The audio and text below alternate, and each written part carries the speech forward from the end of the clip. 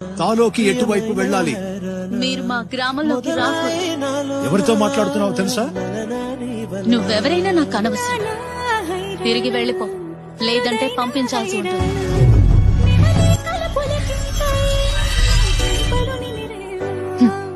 అయితే వెళ్ళవన్నమాట.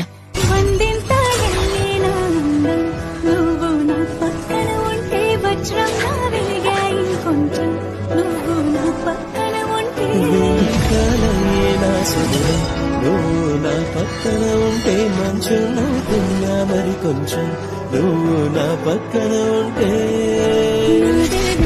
నాదే దిన్నా